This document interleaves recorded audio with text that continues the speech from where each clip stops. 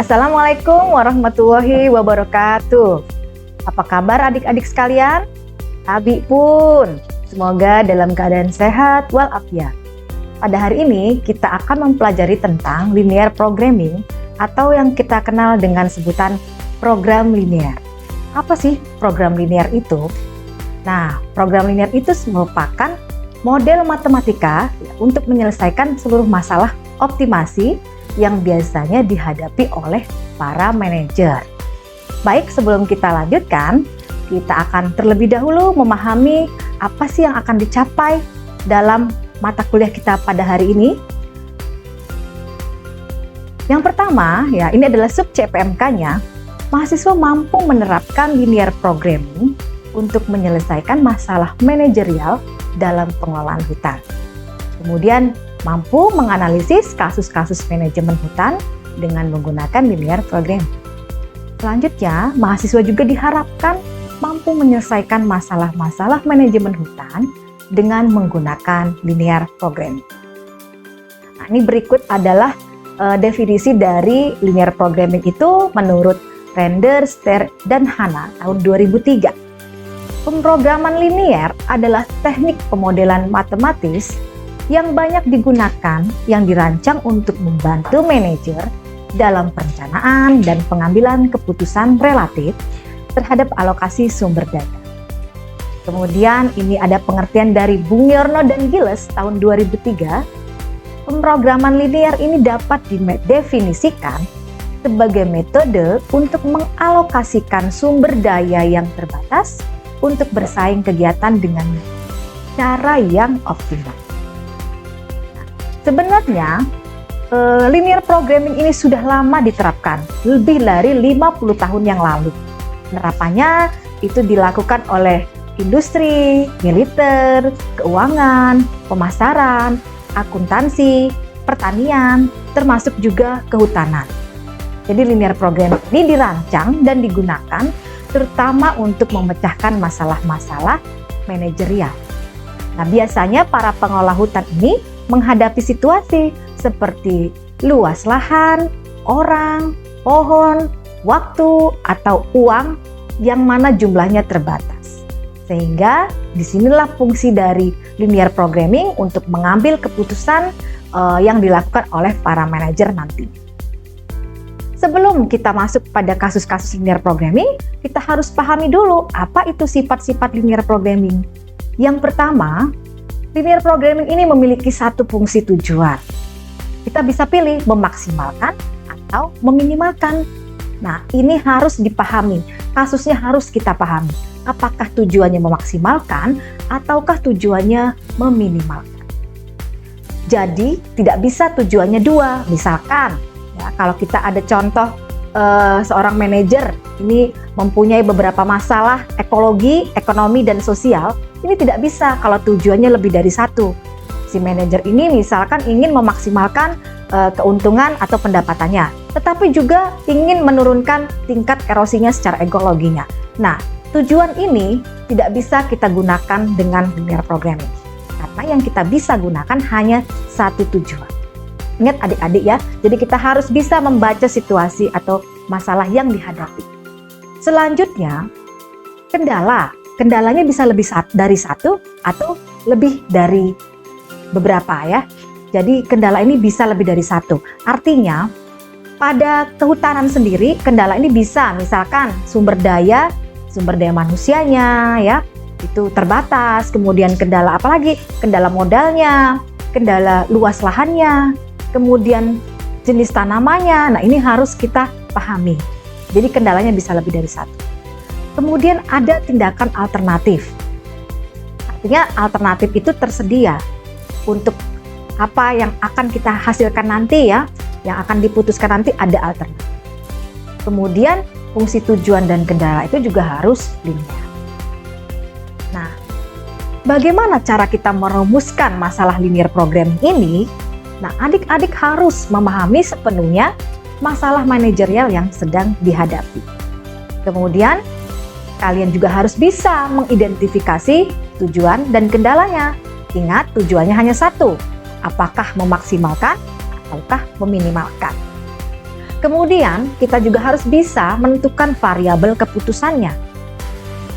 Lalu kita gunakan variabel keputusan tersebut ya, dan juga tujuannya untuk menulisnya dalam matematika, dalam suatu model matematika, baik fungsi tujuan maupun fungsi kendala.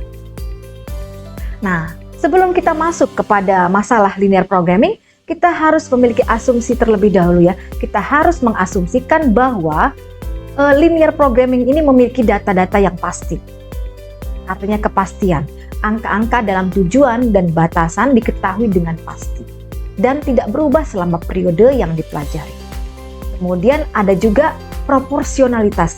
Kita harus mengasumsikannya bahwa adanya kegiatan atau aktivitas baik menurun ataupun meningkat, itu perubahan fungsi tujuannya itu akan selalu proporsional. Kemudian ada juga aditivitas. Nah, asumsi ini mempunyai arti bahwa nilai fungsi tujuan tiap kegiatan ini tidak saling mempengaruhi. Lalu juga asumsi berikutnya adalah dapat dibagi. Artinya, asumsi ini menyatakan bahwa keluaran yang dihasilkan oleh setiap kegiatan dapat berupa bilangan pecahan dan juga memiliki nilai yang dihasilkan. Kemudian variabel non-negatif. Nah, semua jawaban atau variabel ini non-negatif, artinya lebih dari atau sama dengan 0. Jadi tidak ada yang minus hasil. Nah, ini adalah contoh-contoh kasus pemakaian linear programming dalam kehutanan. Sudah cukup banyak ini diterapkan ya. Kalau saya ambil contoh ini adalah penelitian-penelitian orang lain ya sejak tahun 1996 dalam mengatasi atau dalam menyelesaikan masalah optimasi ya. Contohnya nomor 1 ini adalah analisis pengembangan model hutan tanaman industri pola mosaik dengan pendekatan program linear. Ini yang meneliti adalah Nasendi et al. Tahun 1996. Kemudian ini ada juga kasus penyelesaian tentang optimasi ya, optimalisasi pemanfaatan lahan HKM atau hutan kemasyarakatan di Kecamatan Ulubelu, Kabupaten Tanggamus. Ini kebetulan saya sendiri yang melakukan penelitian ini dan ini merupakan tesis saya waktu itu ya, tahun 2012. Kemudian juga pemecahan masalah tentang optimalisasi pendapatan dalam kombinasi pengelolaan hutan tanaman di Provinsi Kalimantan Timur. Ini yang meneliti adalah Agung dan Biantari tahun 2015. Dan selanjutnya adalah optimalisasi penggunaan lahan pada daerah aliran sungai Sumani dengan linear programming tahun 2018 dan sebagainya. Masih banyak contoh-contoh pemakaian linear programming ya yang bisa diterapkan oleh adik-adik, misalkan untuk skripsinya, untuk publikasinya dan lain sebagainya. Nah, ini kita akan mencoba menyelesaikan kasus linear programming dengan merumuskan terlebih dahulu permasalahan yang ada. Kita baca terlebih dahulu adik-adik ya. Nah, berikut adalah soalnya. Nah, salah satu kesatuan pengelolaan hutan lindung atau KPHL di suatu wilayah ini mengelola kawasan hutan lindung yang akan ditanami oleh jenis tanaman kopi dan pala seluas 350 hektar. Kemudian setiap hektar tanaman kopi ini membutuhkan 100 jam tenaga kerja dan setiap tanaman pala membutuhkan 20 jam tenaga kerja. Kemampuan penyediaan jam tenaga kerja sampai dengan musim panen ini sebanyak 16.000 jam. Kemudian setiap hektar kopi dapat menyumbangkan keuntungan sebesar 15 juta rupiah dan pala menyumbangkan keuntungan sebesar 6 juta rupiah. Adik-adik, analisislah situasi permasalahan yang dihadapi KPHL tersebut. Rumuskanlah masalahnya dalam linear programming. Baik, kita lihat terlebih dahulu langkah-langkahnya. Langkah yang pertama, kita harus definisikan tujuannya terlebih dahulu. Apa sih tujuannya? Di sini tertulis ya, atau kita pahami bahwa KPHL itu ingin memaksimumkan keuntungan setiap musim panen dari hasil penanaman kopi dan palanya. Sehingga berapa hektar lahan yang harus digunakan untuk kopi dan pala dengan mempertimbangkan kemampuan penyediaan lahan dan jam tenaga kerja. Baik, kita sudah pahami tujuannya apa, yaitu memaksimumkan keuntungan. Selanjutnya, kita harus definisikan dulu variabel keputusannya dan kita buat model matematikanya. Nah, variabel keputusannya itu ada 2, berapa jumlah hektar lahan yang digunakan untuk menanam kopi. Berarti berapa luas lahan kopi, tanaman kopi, begitu ya. Kita rumuskan dengan model matematikanya, kita beri simbol X1 gitu. Kemudian untuk variabel keputusan yang kedua, berapa jumlah hektar lahan yang digunakan untuk menanam tanaman pala. Ini kita beri simbol X2. Baik, selanjutnya baru kita formulasikan LP-nya dalam bentuk Z-max seperti ini ya. Tadi tujuannya adalah memaksimumkan keuntungan, maka kita beri simbol Z-max ya, karena dia memaksimalkan. Sama dengan 15 juta X1. Tadi ingat X1 ini adalah luas lahan untuk tanaman kopi, ditambah 6 juta X2. 6 juta ini adalah luas lahan untuk tanaman pala. Sehingga kalau kita buat simbol matematikanya atau persamaannya seperti ini ya, Z-max sama dengan 15 juta X1 ditambah 6 juta X2. Selanjutnya kita akan mendefinisikan kendalanya. Ada beberapa kendala ya. Ini ingat tadi sifat-sifat linear programming, kendalanya lebih dari satu. Ya. Kita buat simbol seperti ini ya, X1 ditambah X2, artinya luas lahan untuk tanaman kopi dan luas lahan untuk tanaman pala tidak boleh lebih dari sama dengan 350 hektar. Lalu untuk luas lahan tanaman kopi sendiri ini tidak boleh melebihi 150 hektar. Kemudian ada lagi kendala berikutnya, yaitu untuk jumlah jam tenaga kerja. Di soal tadi sudah ada ya, untuk jumlah jam tenaga kerja ini tanaman kopi tidak melebihi dari 100 jam, kemudian tanaman pala tidak boleh melebihi 20 jam. Sehingga kita beri simbol 100 X1 ditambah 20 X2 kurang dari sama dengan 16.000 jam tenaga kerja. Kemudian variabel non-negativity artinya X1 ini lebih dari sama dengan 0 dan X2 lebih dari sama dengan 0. Baik adik-adik, sampai di sini semoga kalian memahami ya bagaimana kita merumuskan masalah linear programming. Nah, untuk selanjutnya ini contoh kasus 2. Kita akan lihat seperti apa masalahnya. Kita baca terlebih dahulu ya. Seorang kontraktor penebangan ini ingin mengalokasikan peralatan penebangannya di antara dua site ya, atau dua lokasi penebangan. Tujuannya untuk memaksimalkan pendapatan bersih harian. Kemudian si kontraktor ini telah menentukan ya bahwa pendapatan dari 1 meter kubiknya adalah $19 dari site 1 dan $21 dari site 2. Yang dia miliki alat-alatnya adalah 2 feller skidder, 1 brancher, slasher, dan 1 truk. Kemudian setiap jenis peralatan dapat digunakan selama 9 jam per hari. Dan waktu ini dapat dibagi dalam proporsi berapapun di antara kedua lokasi. Jam peralatan yang dibutuhkan untuk menghasilkan meter kubik kayu dari setiap lokasi bervariasi. Seperti yang ditunjukkan pada tabel berikut. Nanti kita akan lihat tabelnya ya. Pertanyaannya adalah, rumuskan masalah ini sebagai program linear yang mendefinisikan unit dari semua variabel keputusan. Di sini ada petunjuknya ya. Petunjuknya Anda akan membutuhkan 2 variabel. Ingat ya, ada 2 variabel keputusannya, kemudian ditambah 1 batasan untuk setiap jenis peralatan. Kita lihat, ini adalah tabel jam peralatan yang dibutuhkan untuk menghasilkan meter kubik kayu dari setiap peralatan ya. Jadi feller skidder sudah ada, ini dari hasil penelitian, data ini sudah ada dari hasil penelitian atau survei terlebih dahulu ya. Feller skidder, brancher, slasher, dan juga truk. Itu ya. Kemudian kita rumuskan linear programmingnya. Apa sih tujuannya? Tadi sudah ada ya, di kasus kedua itu sudah tertulis bahwa tujuannya adalah memaksimumkan pendapatan bersih pada kegiatan produksi kayu di 2 lokasi selama periode 1 hari.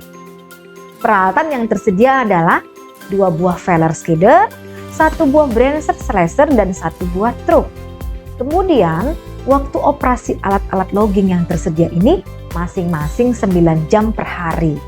Jadi alat-alat ini mampu beroperasi masing-masing adalah 9 jam. Ingat, itu adalah kendalanya ya. Kemudian kita formulasikan matematikanya seperti apa.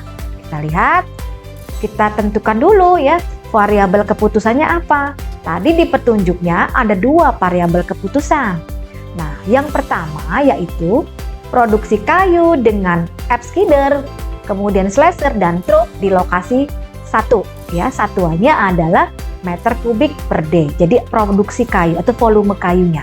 Ini kita simbolkan dengan X1 ya untuk simbol matematikanya untuk memudahkan kita. Kemudian untuk variabel keputusan kedua yaitu variabel produksi kayu dengan Apskider, slasher dan truk untuk lokasi kedua. Berapa meter kubik per harinya. Nah ini ya, ini akan menjadi variabel keputusan kita dan kita beri simbol matematiknya X1 dan X2. Lalu kita ada lagi data ya yang harus kita identifikasi. Pendapatan bersih dari produksi kayu pada lokasi 1 itu adalah $19 per meter kubik. Kemudian pendapatan bersih dari produksi kayu pada lokasi kedua adalah $21 per meter kubik. Nah, dari sini kita formulasikan fungsi tujuannya. Kita buat ini maksimum atau minimum. Tadi sudah kita rumuskan dia adalah memaksimumkan keuntungannya. Sehingga kita tuliskan Z max sama dengan $19 ya. 19x1 ditambah 21x2. Nah, jangan lupa satuan-satuannya ya. Kalau keuntungan itu satuannya adalah dolar per hari. Kemudian untuk satuan dari masing-masing variabel keputusan ini adalah X1-nya adalah meter kubik per hari. Baik, kita lanjutkan ya. Kemudian kita identifikasi lagi ya, apa saja kendalanya. Tadi sudah tertulis waktu yang dibutuhkan setiap peralatan itu adalah 9 jam per hari. Jadi maksimum peralatan itu maksimum bekerja selama 9 jam per hari. Jadi tidak boleh lebih dari 9 jam. Kemudian waktu yang dibutuhkan peralatan untuk memproduksi 1 meter kubik kayu, ini kita buat rumusan matematiknya seperti yang ada dalam tabel ya. Tadi sudah ada tabelnya, sehingga untuk Feller Skider kita tuliskan perumusan matematikanya seperti ini ya. 0,3x1 ditambah 0,4x2 kurang dari sama dengan 18 ya, 18 jam. Tadi ada ya di soalnya sudah tertulis seperti ini, harus kita pahami masalahnya dalam soal tadi ya. Kemudian untuk Branch Slasher itu kita masukkan juga dalam model matematikanya 0,3x1 ditambah 0,15x2 kurang dari sama dengan 9. Begitu juga untuk truk ya, kita masukkan dalam rumus matematika 0,17x1 ditambah 0,17x2 ini kurang dari sama dengan 9. Setelah ini semua kita formulasikan adik-adik, akan lebih memudahkan kita untuk menyelesaikan masalah linear programming ini baik secara manual ya atau perhitungan manual dengan metode grafik atau juga dengan aplikasi yang nanti akan kita pelajari pada pertemuan berikutnya dengan menggunakan aplikasi solver. Pada hari ini kita hanya mencoba bagaimana kita merumuskan masalah linear programming itu dan merumuskannya dalam model matematika.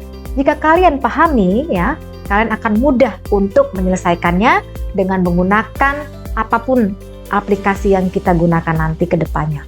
Bisa menggunakan solver ataupun perhitungan manual ya. Sehingga kalian harus pahami terlebih dahulu permasalahan linear programming ini dan mampu merumuskannya dalam model matematika. Baik adik-adik, ini adalah referensi yang akan kita gunakan pada pembelajaran kita pada hari ini. Kalian juga bisa menggunakan referensi lainnya yang mendukung untuk meningkatkan kemampuan kalian dalam menganalisis masalah-masalah linear programming. Dan untuk pertemuan kali ini kita cukupkan sekian. Jika ada pertanyaan yang ingin ditanyakan bisa menghubungi saya ya, dan bisa menemui saya di jurusan kehutanan. Terima kasih, saya akhiri. Wassalamualaikum warahmatullahi wabarakatuh.